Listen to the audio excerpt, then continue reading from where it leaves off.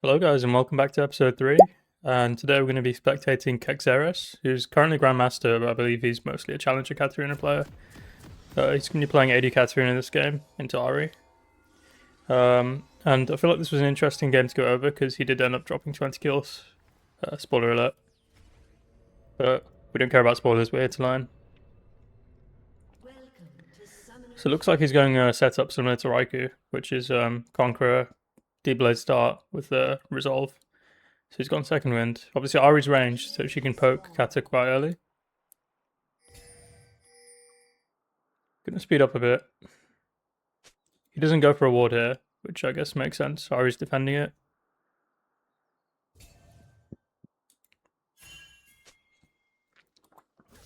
Okay, he defends their entrance to blue.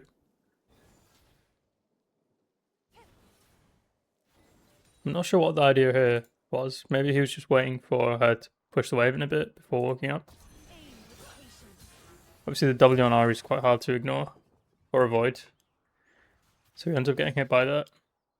But yeah, I mean, Ari gets move speed when she casts it, so it's very difficult to dodge. In fact, I don't think it is possible to dodge level 1 if you're trying to get XP.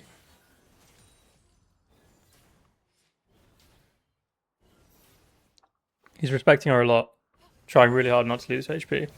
Even though he's got second wind, he's really conserving his HP early game.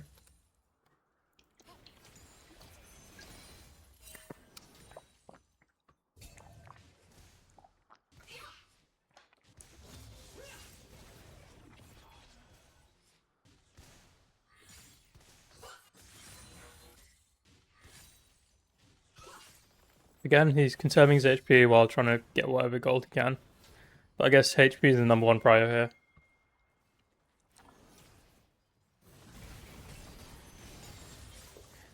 What I tend to do is I push for 3 on the bounce, but he's not done that. He's just let Ari hit 3 and let her continue to shove in. Gone for a quick trade there. He's got Conquer stacks. He's sidestepping back and forth to dodge charm. I feel like this trade, Ari wins it. She held her charm quite well. So even though with the Conqueror stacks, he was able to do decent, he wasn't able to fully win the trade. I think he's dead here. Okay, 1 for 1. Gonna go back a bit and watch that again. See, Kata here has last stand, so she does a lot of damage, low HP. Dodges the Q2, not the Q2, the Q1 return.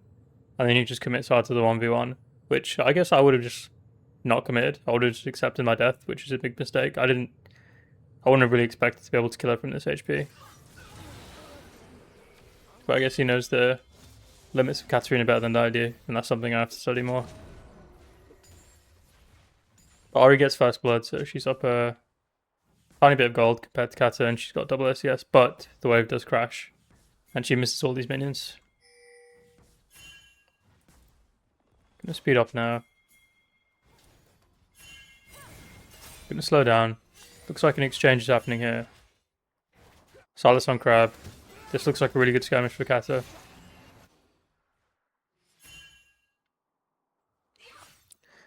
Longsword recurve, but not recurve bow, dagger, which is a decent back. I feel like Kata has quite a bit of damage. Do they have vision here? They don't have vision, but I think they get the feeling that Lee Sin's going to come for a gank, or he's going to path towards Silas's chickens. So I think Alistair's hovering nearby, just intending that. And this looks like it can be a 3v2, and I think Kata comes out on top. That's my prediction.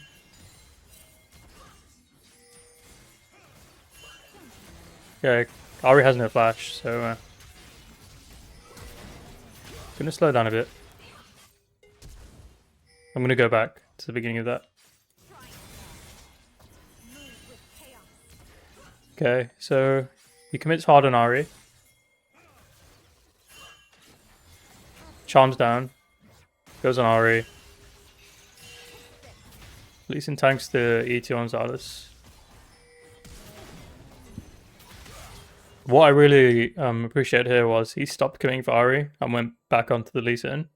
Because obviously Lee Sin's going to be the instant reset in this case. Both of his teammates are focusing Lee Sin. So he goes back on Lee Sin. Flashes for it. Gets the reset. And that ensures the kill on Ari. Double kill, beautiful. That was very good, target switching that I noticed. Very impressive. Gonna speed up now. It just goes to show you there's like very little margin for error in these skirmishes. If you want to get, high master, grandmaster, or even challenger. So I really have to, narrow down and refine my skirmishes.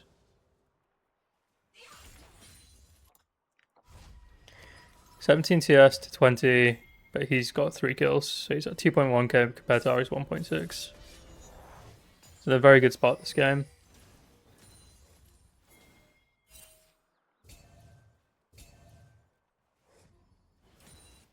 Gonna slow it down now. I'm not sure if he's gonna go for trades on Ari. What I've noticed in a lot of these games is they just don't interact with the mid laner. They just play for fights and skirmishes. And the only time they do interact with the mid laner is when they're super ahead from the fights and skirmishes. I guess that's just how I have to think about how I play the game now. Like, I would have gone on to Ari with red buff.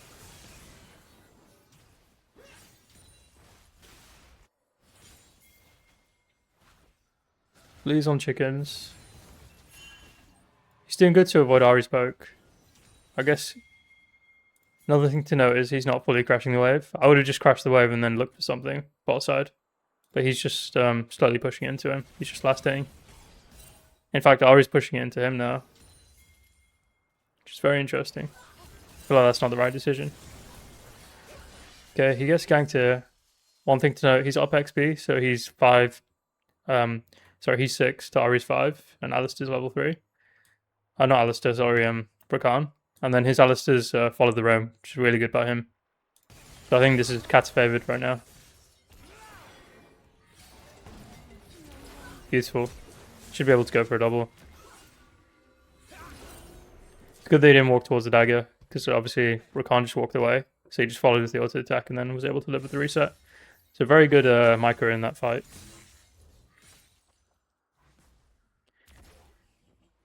I would have greeted for the plate, so I think I would have died to Lee Sin. So very smart by Keksereslol. Gonna speed up. I probably won't go all the way this game, just because again it is quite a stomp. He ends up dropping 20 kills, plus I'm a bit short on time. So I'll keep going for another 10-15 minutes, but I thought even though I'm short on time, I'd rather, be consistent and continue my streak on this channel as best as I can.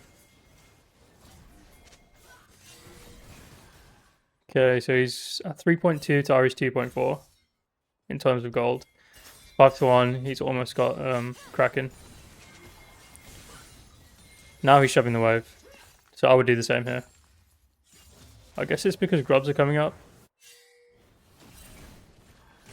Alistair's coming mid. Not sure what the vision is here.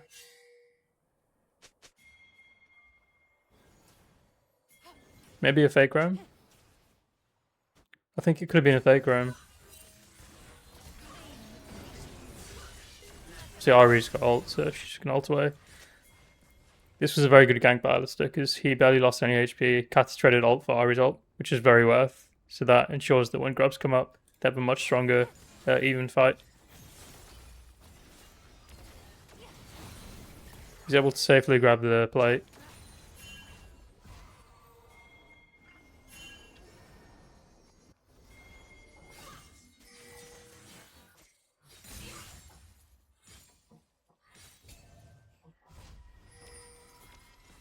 He doesn't greed for the plate. I might have greeded for the plate, but I think I wouldn't have because I know Ari's coming back from lane anyways. Now he's got the Kraken. This is when Kata really gets online. So I'm really going to pay attention to how he navigates the little exchanges, little trades, and the team fights, and how he, operates the champion.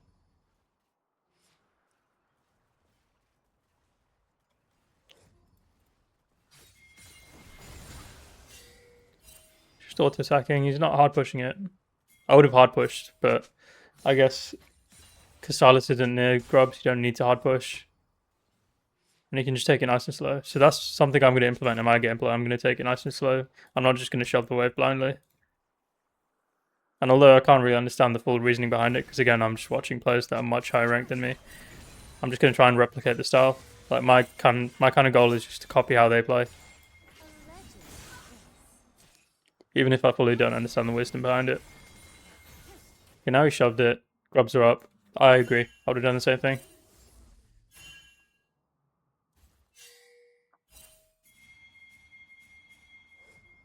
I think they're just giving grubs, and they might just trade Silas's jungle for it. Yeah, it looks like it. Very interesting. I would have helped Silas here.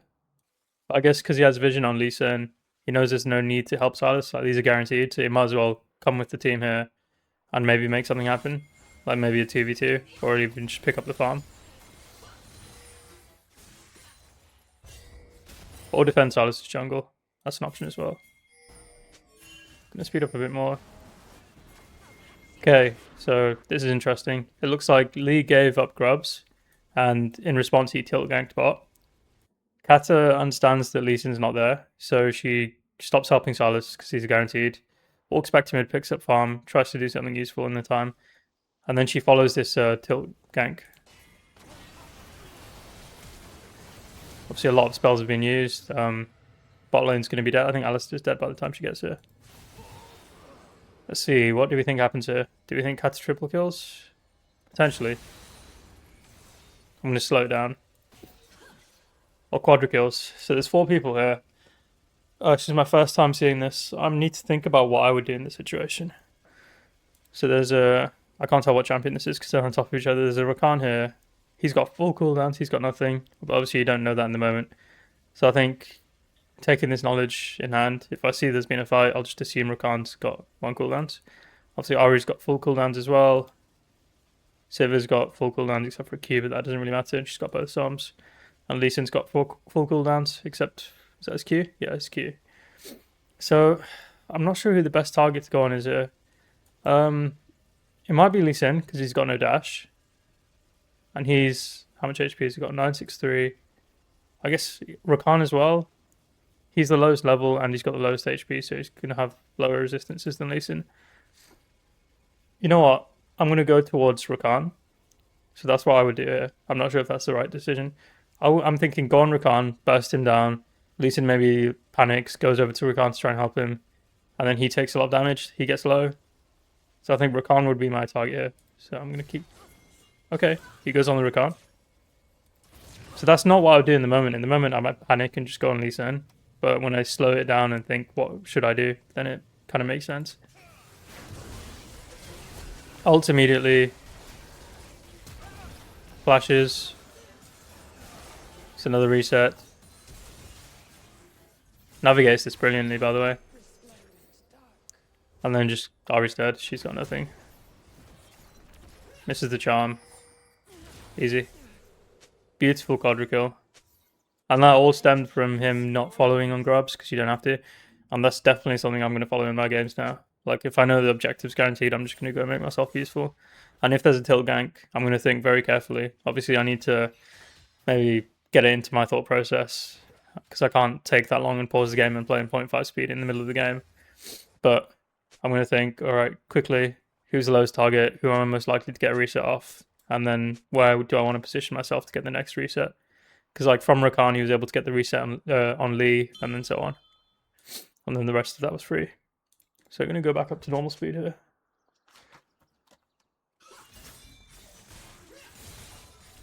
Stays on the split. I would have recalled. But I guess he's just prioritizing gold, which is something I've noticed Raiko does a lot. Goes back to mid. Hasn't completed his boots, which is also what Raiko does a lot of the time.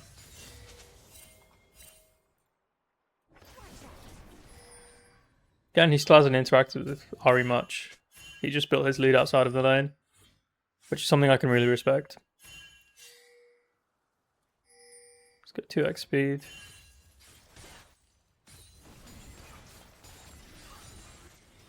Again, not taking any like high variance plays, but like if it was me, I'd just play like aggressive and take risky plays. I'd be thinking I just want to kill Ari, but he's not risking that because there's no reason to, and he's got like a 1k shutdown.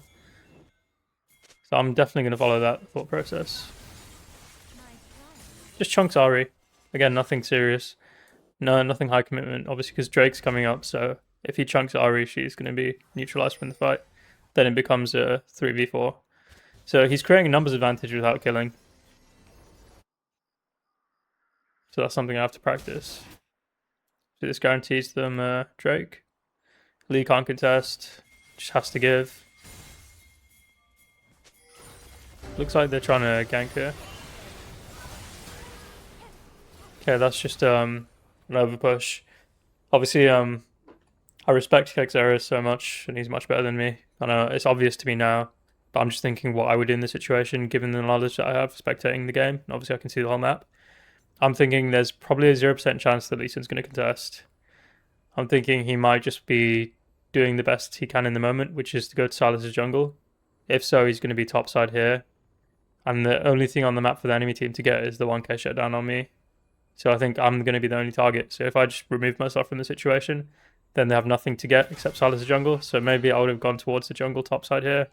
I wouldn't have extended this far, especially when everyone's off map like that.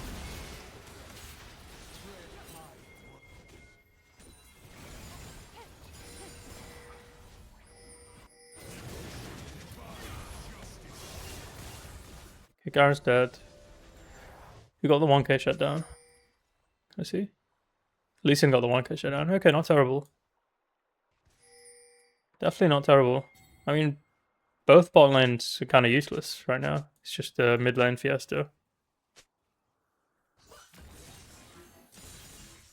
Let's speed up a bit more. So I've got to get going in the next 5-10 minutes.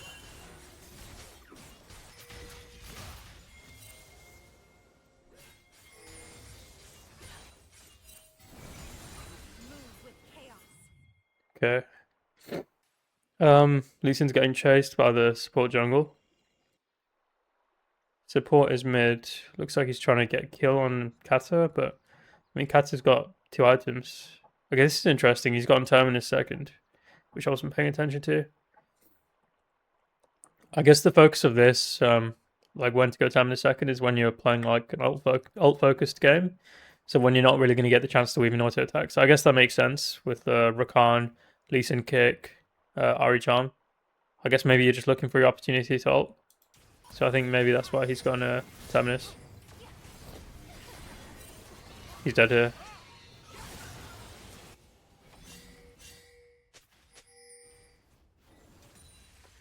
He's still fine, like he's at 7.2k gold.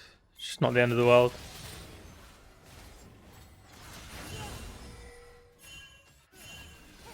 But I think his team's like just dominated. So these deaths don't really amount to much in terms of the enemy team coming back. Gonna slow him down nice and slow.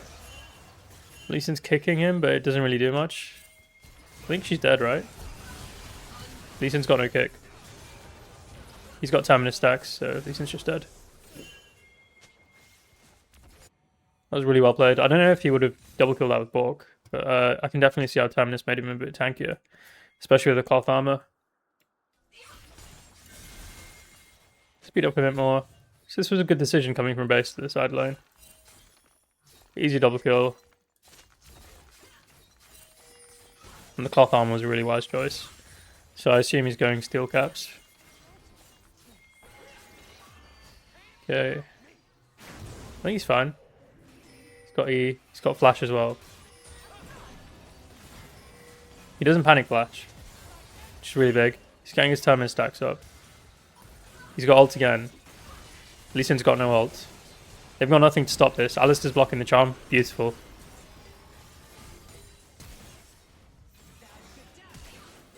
Flash. The auto attack. One more. Nice. I would have just gone for the Rakan. Beautiful. Kills him. I think he lives with the reset. He's still got armor. Beautiful quadra kill. I'm going to go back and just go over that exchange again. He played this amazingly.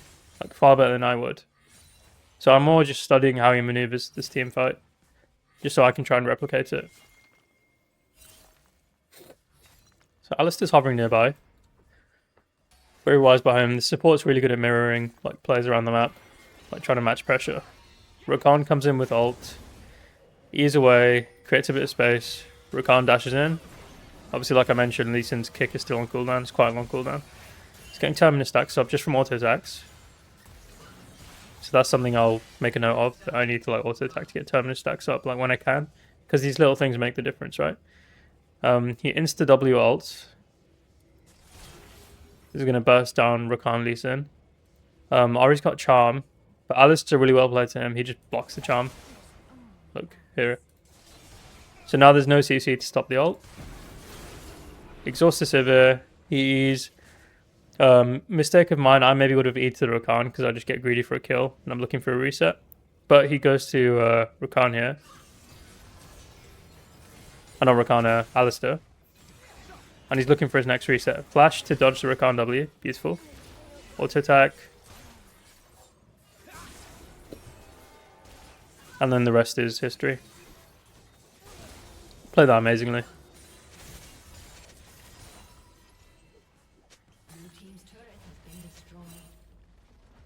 His target focus is so good.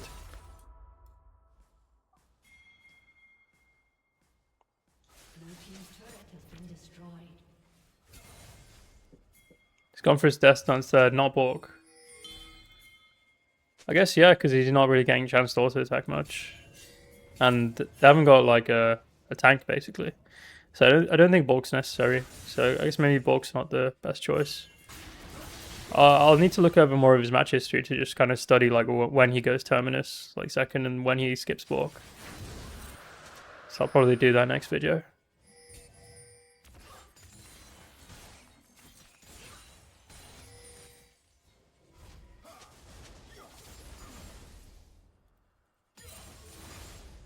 But with Death Dance, he should be unkillable. And Steel Caps, well, upgraded boots now, Armored Advance.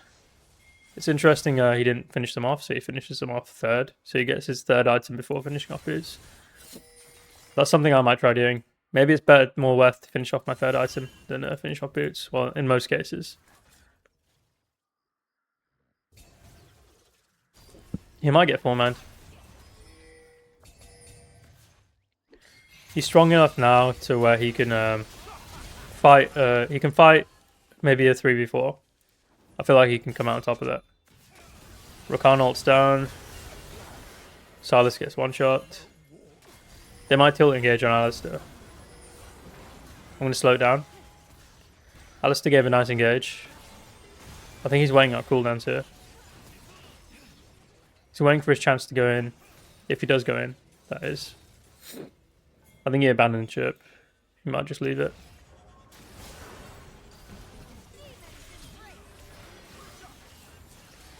W gets hit by the charm, but he's got a death stance here, so he's completely fine. Beautiful, gets the reset on Ari, lives. This is why he goes death stance. This makes sense. If he didn't have death stance here, he would have been dead like long ago. So he's at a point where he can just tank the charm. I really respect that play. I'm just going to rewind it and just go over at 1x speed.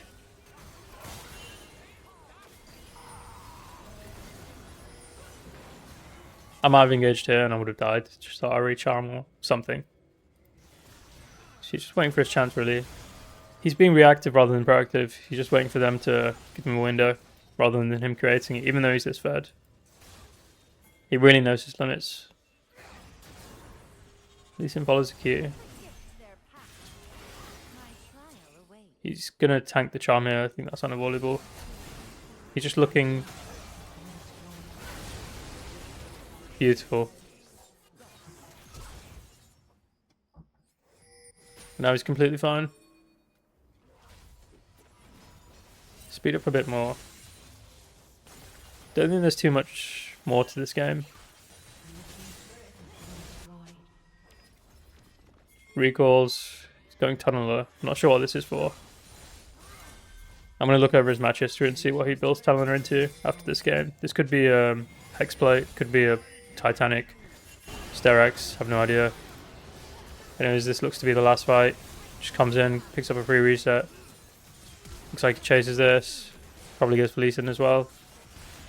Again, Death Stance just makes him unkillable. And then this is pretty much GG's. I think this team just ends after this.